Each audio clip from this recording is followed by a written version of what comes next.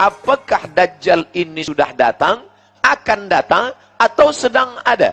Maka hadis diriwayatkan oleh Fatimah binti Qais. Hadisnya sahih, tidak ada keraguan di dalamnya. Hadis yang paling tinggi kualitinya adalah sahih. Di bawah sahih adalah hasan. Di bawah hasan adalah dhaif. Di bawah dhaif adalah maudhu'. Hadis palsu, tak boleh dipakai sama sekali.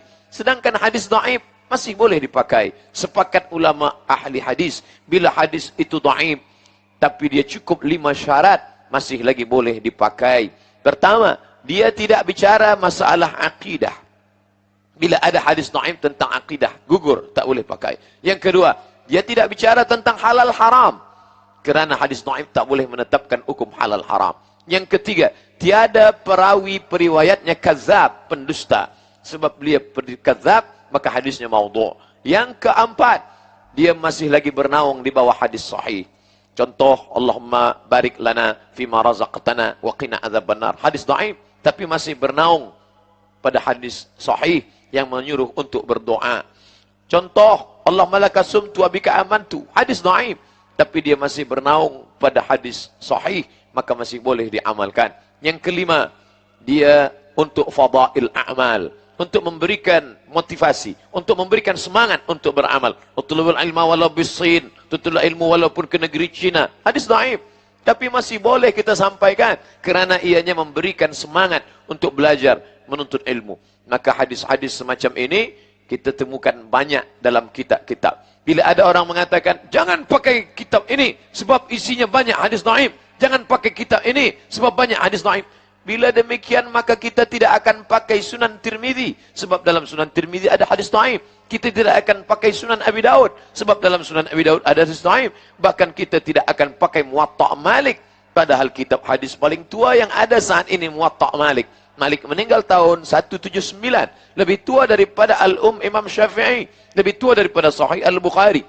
Tapi maknanya bahwa hadis dhaif boleh dipakai. Bahkan kitab Musnad Ahmad bin Hanbal yang isinya lebih daripada 30.000 hadis, tetap di dalamnya ada hadis dhaif. Bahkan Imam Bukhari pun menulis kitab yang isi di dalamnya ada hadis dhaif, tapi bukan Sahih Bukhari. Sahih Bukhari sepakat ulama 7.275 hadis, semuanya sahih. Sedangkan Imam Bukhari menulis satu kitab berjudul Adabul Mufrad. Di dalam kitab Adabul Mufrad banyak hadis-hadis dhaif. Mengapa Imam Bukhari menulis hadis dhaif dalam Adabul Mufrad? Tak fahamkah dia bahawa hadis ini dhaif? Dia tahu ini hadis dhaif, tapi kerana bukan masalah akidah, bukan masalah hukum fiqh, bukan masalah halal haram untuk fadail a'mal. Begitulah tentang hadis dhaif. Kenapa saya bahaskan hadis dhaif tentang Dajjal? Sebab dalam masalah Dajjal juga banyak hadis dhaif dan hadis palsu. Yang hadis dhaif kita buang sebab ini masalah akidah. Yang hadis palsu kita buang sebab ini tak boleh kita pakai.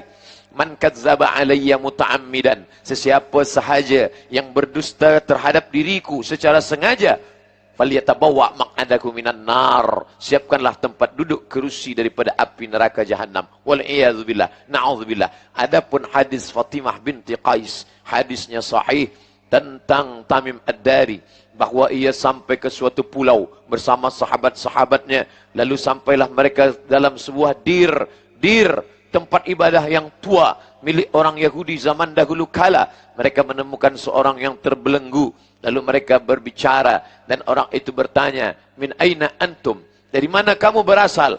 Minal Arab, kami berasal dari Arab. Lalu orang ini bertanya, apakah Nakhlu Baisan? Nakhlu korma, Baisan nama suatu kawasan yang berada di negeri Syam.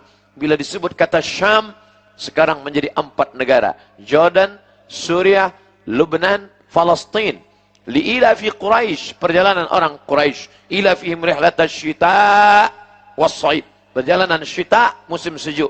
Saif, musim panas. Makkah di tengah, Yaman di bawah, Syam di atas. Inilah perjalanan bisnis mereka. Pada masa musim sejuk, mereka pergi ke Yaman. Pada masa musim panas, mereka pergi ke Syam, Yaman, Saudi Arabia, Jordan, Palestin, Suriah, Lebanon. Perjalanan Nabi Muhammad sallallahu alaihi wasallam. Begitu juga perjalanan datuk-datuknya. Perjalanan Muhammad, Abdullah, Abdul Muttalib, Hashim, Abdi Manaf, Qusay. Mereka melakukan perjalanan panjang. 6 bulan ke bawah, 6 bulan ke atas. pada masa musim haji, mereka berkumpul di Baitullah. Dalam perjalanan panjang ke Yaman itu, sekelompok orang ini bertemu dengan makhluk yang bertanya, dari mana kamu berasal? Kami datang dari Jazirah Arab. Apakah nakhlu baisan masih berbuah? Maka mereka menjawab, ya, nakhlu baisan masih berbuah. Sampai masanya nanti nakhlu baisan, buah korma yang ada di negeri Baisan akan mengering. Di saat itulah Dajjal tak lama akan keluar. Apakah hari ini nakhlu Baisan masih berbuah? Masya Allah, tabarakallah, wal'iyadzubillah. Allah menunjukkan kebenaran hadis Nabi Muhammad SAW. Nakhlu Baisan hari ini berkurang, bahkan sebagiannya mati, pokok-pokoknya mengering. Bagi sesiapa yang tak percaya, pergilah ke Baisan, menyaksikan bagaimana batang-batang korma Baisan mengering dan mati. Padahal dulu semua mereka memakan buah korma ini seperti korma yang ada di kota Al-Madinah Al-Munawwarah. Lalu kemudian dia bertanya, bagaimana dengan Buhairah Tabariyah? Buhairah danau seperti Al-Bahrul Mayyit, letaknya di Palestin yang sedang dijajah oleh Israel laknatullah alaihim. Lalu mereka bertanya, apa yang terjadi dengan Buhairah Tabariyah? Masih adakah airnya? Maka orang-orang Arab ini menjawab, ya, airnya masih lagi banyak. Nanti sampai masanya ia akan mengering. Saat itulah Dajjal akan keluar. Subhanallah, Masya Allah, hari ini terjadi kekeringan yang luar biasa. Persediaan air Israel diantaranya adalah dari Buhairah Tabariyah, Danau Tiberias. Dan itu sekarang sedang mengalami kekeringan yang luar biasa. Masih lagi ada sebagiannya air, tapi tanah-tanah yang menonjol ke atas sudah seperti pulau-pulau kecil di atas danau. Lalu kemudian pertanyaan yang ketiga tentang Ain Zaghar. Ain, mata air, Zaghar, yang ada di tepi Bahrul Mayyit, Jordan, yaitu laut mati. Tempat dulu Allah pernah menurunkan azab. Ja'alna 'aliyaha safilaha. Kami jadikan bagian atas turun ke bawah, bagian bawah naik ke atas. Amtarna 'alaihim hijaratan. Kami hujani mereka dengan hijarah, batu, min sijilim mandud, dari tanah liat yang terbakar. Kaum Sadum, atatuna rijala syahwatan min dunin nisa. Mengapa kalian mendatangi lelaki bersyahwat padahal ada perempuan? Mereka sudah melakukan perbuatan itu. Dan sekarang sejarah berulang, musim berganti. Memanglah dunia ini panggung sandiwara, isinya itu-itu saja. Masa berubah, tapi isi dunia tetap itu-itu juga. LGBT yang dulu pernah menjadi laknat, hari ini merajalela, berbahaya. Penyakit yang tidak ada obatnya, hari ini pun datang lagi kembali. Di ujung tepi laut itu, laut mati itu, ada air tawar bernama Ain Zaghar. Bila nanti dia, masih adakah Ain Zaghar itu? Mereka menjawab, masih. Masih tawarkah airnya? Masih. Nanti sampai masanya, Ain Zaghar akan tersumbat. Dan hari ini terbukti, 3 tanda yang ada dalam hadis riwayat Fatimah binti Qais terbukti dengan nyata. Dibahas oleh para ulama. Tidak hanya pada ulama yang alim dalam masalah Quran Sunnah, tapi juga alim saintifik, mengerti tentang arkeologi, mengerti tentang astronomik. Mereka sudah kajikan masalah ini, dan mereka percaya bahwa kejadian yang disampaikan Nabi Muhammad SAW, kita beriman dan percaya kerana ia bicara bukan kerana fikiran dan hatinya. Wa ma yantiqu 'anil hawa, dia tidak memperturutkan hawa nafsu. In huwa illa wahyun yuha, melainkan wahyu daripada Allah Subhanahu wa taala. Tajuk kita malam ini bukanlah membuat kita menjadi orang yang ketakutan. Saya tak ingin selepas kajian ini semua balik ke rumah dalam keadaan ketakutan sehingga tidur tak lelap, makan tak kenyang. Esok pagi semua kirimkan komen ke pengerusi masjid supaya Ustaz Somad jangan datang lagi ke Selangor. Sebab dia menakut-nakuti sahaja. Makna kaji kita malam ini adalah supaya kita berhati-hati, waspada, ajarkan anak-anak membaca Al-Quran, berzikir. Selepas itu serahkan pada Allah Subhanahu wa taala. Fa idza azamta, bila engkau sudah azam kuat, fatawakkal 'ala Allah. Jangan terlalu lama banyak berpikir. Kita disuruh berpikir, afala ta'qilun, afala tatafakkarun. Tapi ada yang lebih hebat daripada berpikir adalah beramal. Falyabudu rabb hadzal bait. Banyak-banyak sajalah kamu beribadah menyembah Allah Ta'ala Bila kamu banyak beribadah, Allah akan berikan kamu dua. Apa dia? Allazi at'amahum min ju'. Bila kamu lapar, dia akan kenyangkan kamu. Wa amanahum min khauf. Dan bila kamu takut, dia akan berikan kekuatan kepada kamu. Di mana letak ketakutan itu? Ala fil jasadi mudghah. Di dalam jasad itu ada segumpal. Mukjizat Nabi Muhammad SAW. Sesiapa sahaja yang menggumpalkan, mengepalkan tangannya, maka sebesar itulah jantungnya. Abdul Somad, orangnya tidak terlalu besar, maka sebesar itu pula lah jantungnya, sebelah kiri. Ala fil jasadi mudghah. Di dalam jasadmu itu ada sekepal, ada segumpal. Idza salahat salahal jasadu kulluh. Bila dia baik, yang lain ikut menjadi baik. Wa idza fasadat fasadal jasadu kulluh. Bila dia rosak, maka yang lain ikut menjadi rosak. Kita orang Melayu menyebut dia jantung, sebab bentuk dia macam jantung pisang. Tapi orang Arab yang pokok pisang tak tumbuh, maka mereka tidak menyebutnya jantung, tapi mereka menyebutnya sonubar, kerana bentuknya seperti buah sonubar. Orang Melayu pun menyebut juga kata sonubar, hati sonubari. Pines, buah bentuknya seperti jantung, tapi ianya tumbuh di gurun pasir Sahara, maka menyebut sonubar. Apakah sonubar yang zahir? Bila dibelah jantung ayam, bila dibelah dada kelinci, dada kambing, sapi, unta, maka kita akan temukan, itukah dia? Bukan. Sebab itu yang zahir. Ada yang batin. Yang batin itu disebut dengan nurani. Maka kita pun menyebut hati sonubari dan hati nurani. Hati yang dipenuhi oleh nur, cahaya. Bila hati itu dipenuhi cahaya, maka tiada takut di dalamnya, tiada cemas di dalamnya. Orang yang tegap gagah perkasa, ternyata dalam hatinya ada rasa takut. Apa yang dia takutkan? Yang dia takutkan bukan musuh, bukan pasukan bala tentera. Yang dia takutkan anak bayi kecil yang menarik mahkotanya. Dalam mimpi dia melihat, datanglah sesosok bayi kecil yang menarik mahkota di kepalanya. Ketika dia terbangun, dia menggeletar, dia ketakutan. Dia kumpulkan semua tukang-tukang sihir, takbir-takbir mimpi. Dia bertanya, wahai para bomoh, para dukun, aku malam tadi melihat ada sesosok anak kecil menarik mahkotaku. Apa ini? Mereka berkata, itulah dia, bayi yang baru saja lahir di negeri ini, dan dia akan menjadi penguasa, dan dia akan menarik kuasamu. Fir'aun ketakutan, dia takut kepada bayi yang kecil, menunjukkan bahawa orang yang sehebat Fir'aun pun tetap ada rasa takut dalam hatinya. Sebaliknya, perempuan yang baru saja hamil, melahirkan anak, tapi tak ada rasa takut dalam hatinya. Dia letakkan anak itu di dalam kotak kayu, dia hanyutkan ke sungai. Mana rasa takutnya? Mengapa Fir'aun yang besar, gagah, perkasa takut? Mengapa perempuan yang dikatakan lemah, rendah dan hina tak ada takut? Kerana hati bukan punya kita, hati punya Allah Subhanahu wa ta'ala. Maka kita selalu minta kepada Allah, ya muqallibal qulub, wahai engkau yang membolak-balikkan hati, sabbit qalbi, kokohkan hatiku, ala dinik, dalam agamamu, wa ala ta'atik, dalam ketaatan kepadamu. Hanya Allah Ta'ala sajalah yang dapat menghilangkan rasa takut dan cemas. Oleh sebab itu, apa kata Allah? Ala, ketahuilah, inna awliya Allah, wali-wali Allah. Siapa wali Allah? Apakah orang yang berjalan di atas air? Apakah orang yang berjalan di atas awan? Idza ra'aitar rajul, bila kau pandang ada seorang lelaki, yamshi 'alal ma', berjalan di atas air, yatiru fil hawa, terbang di atas awan, la taghtar, jangan kau tertipu.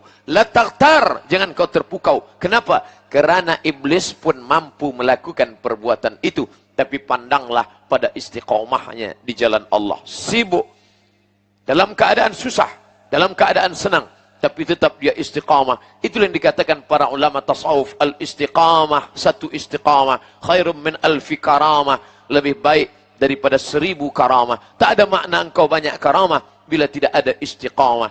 Alhamdulillah, malam ini tak semuanya datang dari rumah, tapi ada yang datang dari pejabat, ada yang datang dalam keadaan letih dan lelah, tapi tetap istiqamah. Mudah-mudahan anak cucu cicit kita semuanya istiqamah sampai akhir hayat insyaAllah. Amin ya rabbal alamin. Tadi manakala kita lepas tasyahud sebelum salam, kita berdoa kepada Allah menurut hadis sahih dalam Sahih Muslim yang ditulis oleh Imam Muslim Ibnul Hajjaj Al-Qushairi An-Naisaburi. Allahumma inni a'udzubika min azabi jahannam.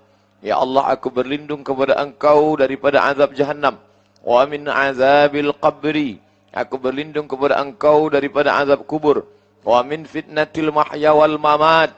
Aku berlindung kepada Engkau daripada fitnah hidup dan mati. Wa min syarri fitnatil masihid dajjal. Dan aku berlindung kepada Engkau daripada syarri keburukan fitnatil masihid dajjal, kejahatan al-masih ad-dajjal. Mengapa ada al-masih di ujung kata ini ditambahkan kata dajjal? Kerana ada al-masih Isa ibnu Maryam, ada pula al-masih dajjal. Kerana keduanya memiliki persamaan yang tiada boleh dibezakan kecuali oleh orang-orang yang dirahmati Allah Subhanahu wa taala. Bila ada tempat air atau tempat makanan, orang Arab menyebut ina, dibuat daripada emas, maka mereka menyebut ina'un zahab, bejana emas. Tapi bila ada bejana itu dari besi ataupun daripada perak, lalu kemudian dia dibuat emas pada bahagian luarnya, tapi dalamnya bukan emas yang asli, yang original, maka orang Arab menyebut ina'un mudajjal. Diguna kata dajjal untuk menunjukkan dia bukan original, tapi dianya adalah palsu yang tidak ada keaslian di dalamnya. Oleh sebab itu, maka untuk membezakan antara Al-Masih Isa ibnu Maryam dengan Al-Masih yang bukan Isa, maka diguna kata Dajjal, Al-Masih Ad-Dajjal. Dan hampir semua nabi-nabi mengisyaratkan supaya terselamat umat. Bahkan mereka pun menyebut ada yang tidak percaya kepada Al-Masih, diguna kata istilah Antichrist. Kerana ianya tidak percaya kepada Isa ibnu Maryam. Maka bentuk rambutnya sama seperti orang yang baru saja terkena air hujan dan meneteskan air pada hujung rambutnya. Lalu kemudian bentuk rupa wajahnya pun sama. Dan kuasa dia pun sama. Dia tunjuk kepada langit, ya sama imtiri, wahai langit, turunkan hujan. Lalu kemudian turunlah hujan. Dia tunjuk kepada bumi, ya ardi umbuti, wahai bumi, tumbuhkan tanam-tanaman. Maka tanam-tanaman pun tumbuh. Lalu kemudian dia tunjuk kepada seorang pemuda yang dia potong dari ujung kepala sampai kepada bahagian dada. Lalu dia tunjuk untuk hidup kembali. Ya mayyit qum, wahai mayyit qum, tegaklah engkau berdiri. Maka ia pun hidup tegak berdiri kembali. Orang menyangka dia adalah Al-Masih Isa. Kerana Al-Masih boleh menghidupkan orang yang mati menjadi hidup kembali. Biiznillah. Wa uhyil mauta wa ukmi'ul abrasa. Aku dapat menyembuhkan orang yang kena penyakit baras. Lalu kemudian menghidupkan orang mati. Wa uhyil mauta biiznillah. Tapi dengan izin Allah Subhanahu wa taala. Maka orang yang tidak ada iman dalam dirinya, dia tertipu. Maka ketika itu ia pun mengikut. Sedangkan orang-orang yang beriman, maka dia selamat daripada itu. Maka Nabi SAW mengajarkan supaya kita terselamat daripada Al-Masih Ad-Dajjal ini. Sebelum salam kita membaca doa ini. Qabliyah maghrib kita baca 1 kali. Salat maghrib kita baca 1 kali. Ba'diyah maghrib kita baca 1 kali. Qabliyah isya 1 kali. Salat isya 1 kali. Ba'diyah isya 1 kali. Itu baru malam ini saja.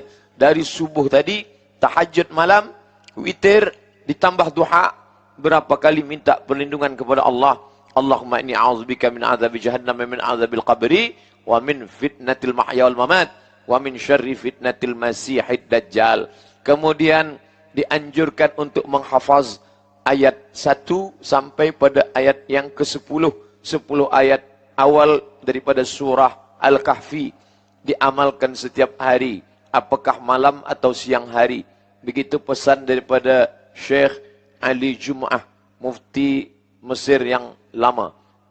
Beliau dalam salah satu muhadarah tazkirahnya mengingatkan umat ini untuk menghafaz, mengajarkan anak-anak supaya membaca, menghafaznya. Guru-guru di sekolah amat sangat dianjurkan supaya anak-anak murid menghafaz, membaca setiap hari, baik pagi, petang ataupun malam hari, supaya terselamat daripada fitnah Masih Dajjal. Sedangkan untuk amalan setiap malam, ada amalan setiap waktu, yaitu sebelum salam, selepas tasyahud. Ada amalan setiap hari, petang, malam, yaitu amalan menghafaz dan membaca 10 ayat awal surah Al-Kahfi. Ada pula amalan yang dibaca setiap hari atau malam Jumat. Man qara'a surat Al-Kahfi, sesiapa sahaja yang membaca surah Al-Kahfi, hari Jumat, pagi Jumat, petang Jumat, subuh Jumat, atau malam Jumat, adha'a lahu min nur, Allah akan menerangi ia dengan cahaya ma bainal jumu'ataini, dari Jumat ini sampailah ke Jumat hadapan. Bagi yang sudah membaca dan istiqamah dalam mengamalkan ini, alhamdulillah. Bagi yang belum, maka kita memulai. Maka orang yang tiada mampu membaca, sekali baca selesai, maka ia boleh baca 2-3 muka surat, lepas itu dia baca malam, kerana Nabi SAW tidak mengatakan mesti malam. Man qara'a surat Al-Kahfi yaumal jumu'ah. Makna yaumal jumu'ah, boleh dia baca petang, boleh dia baca pagi, boleh dia baca malam.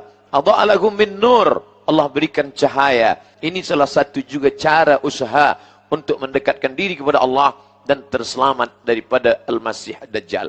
Mengapa Allah menciptakan Al-Masih Dajjal? Mengapa Allah ciptakan ini Dajjal? Ini adalah ujian. Ahasiban nasu ayyutsraku. Apakah manusia itu menyangka mereka ayyutsraku dibiarkan begitu saja? Ayyaqulu amanna. Mereka berkata kami beriman. Wa hum la yuftanun. Padahal mereka belum diuji. Fatana, ujian. Bila kita menemukan batu, kayu hitam, kita tak tahu apakah ini sampah atau ini emas. Kalau emas, maka dia mesti fatana, diuji. Menguji emas, dibakar dia dengan api. Manakala kita bakar dengan api yang amat sangat panas, meleleh, hilang hitamnya, tanpa cahayanya. Berarti dia emas. Sedangkan manusia diuji. Diuji dengan kematian anak. Maka saat itu dia bersabar. Diuji dia dengan harta. Maka dia bersabar. Diuji dia dengan kehilangan. Maka dia tetap bersabar. Tapi manakala diuji dia dengan Dajjal, saat itu dia tidak termasuk orang-orang yang lulus ujian Allah Subhanahu wa ta'ala.